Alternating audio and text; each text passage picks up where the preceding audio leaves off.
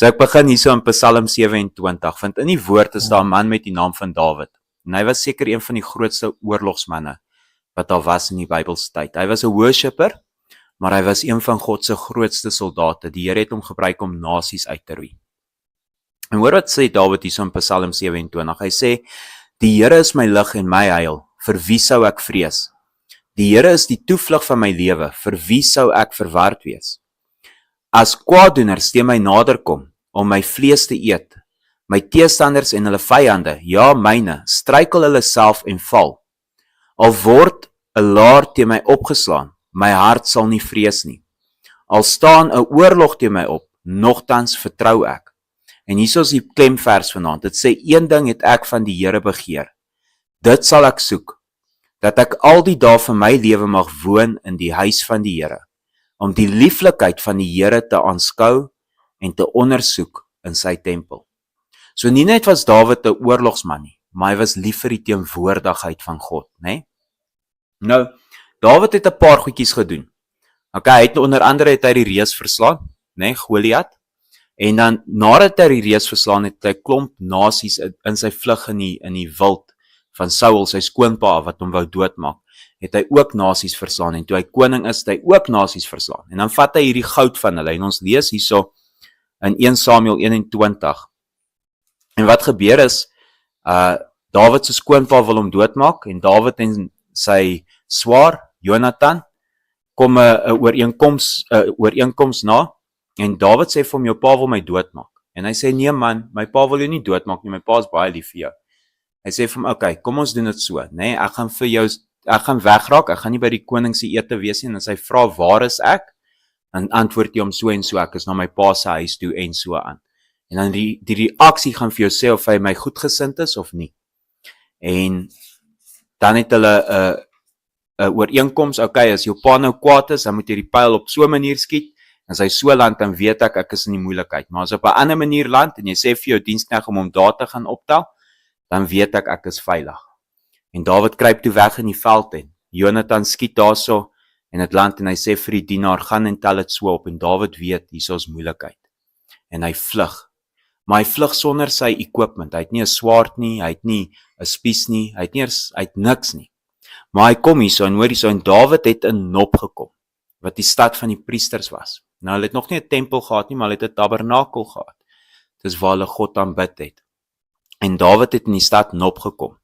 Maar nou praat hy met hierdie een priester, en hoor wat vra hy vir die priester. En Dawid sê vir Ahimelech: is hier nie 'n spies of 'n swaard by u nie? Want ek het my swaard sowel as my wapens nie met my saamgeneem nie, omdat die opdrag van die koning dringend was.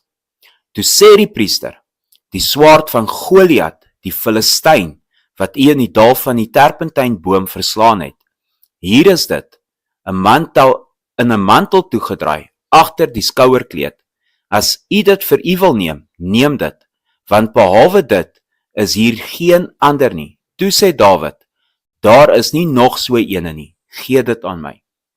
So nou wonder ons, hoe het hierdie swaard in die tabernakel opgeëindig?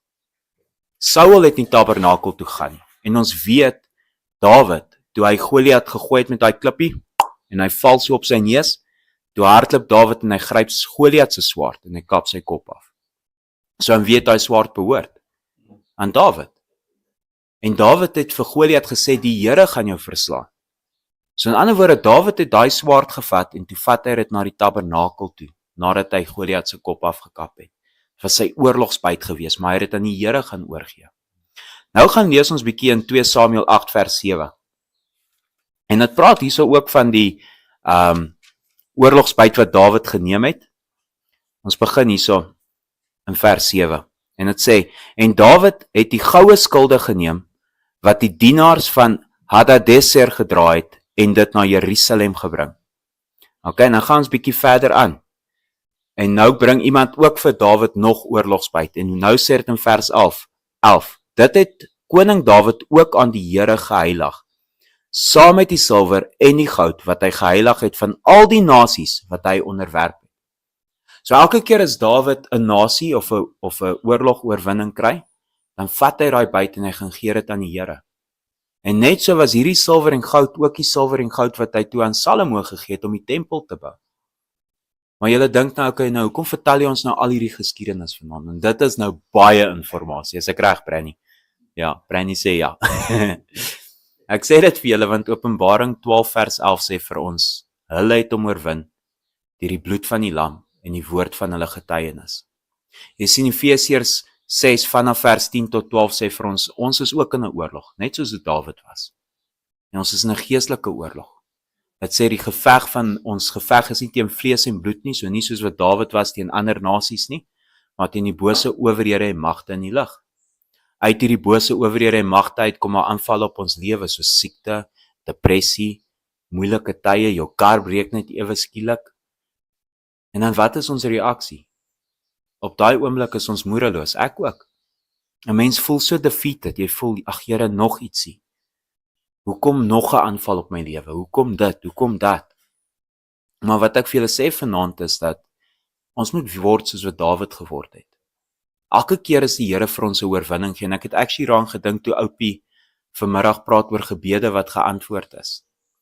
Oupie vertel 'n storie, hy sê dat toe die kinders nog jonk was, nie ons nie, ons ouers, toe hulle nog jonk was hulle bietjie op 'n moeilike tyd en die lisensie van die kar is bietjie agter en hy ry so en hulle stop die kar, hulle trek hulle af, check hulle een vir een en hy sê, ag Here, kan hierdie ou nie net ander kant toe kyk nie.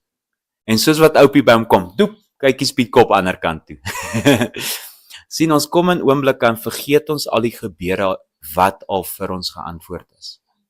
Maar wat Dawid gedoen het, is elke keer as God hom 'n oorwinning gegee het hy dit by die tabernakel gaan stoor. En as 'n mens kyk na daai swaard van Goliat, toe hy op sy moeilikste tyd is, sy skoonpa verdryf hom in die wild in. Hy het nie eers 'n swaard of 'n spies nie, maar die oorwinning wat God vroeër vir hom gegee het, dit word toe sy wapen. So dit is wat ons moet doen, en dit is wat ek vir julle sê vanaand Facebook en YouTube. Skryf vir jou 'n boekie wat nie net 'n gebedsboekie is nie, maar 'n getuienisboekie. Skryf neer die gebeure wat God al geantwoord het in jou lewe. En wanneer jou aanval kom, gaan haal daai wapens, oorwin die vyand deur die bloed van die lam en die woord van jou getuienis.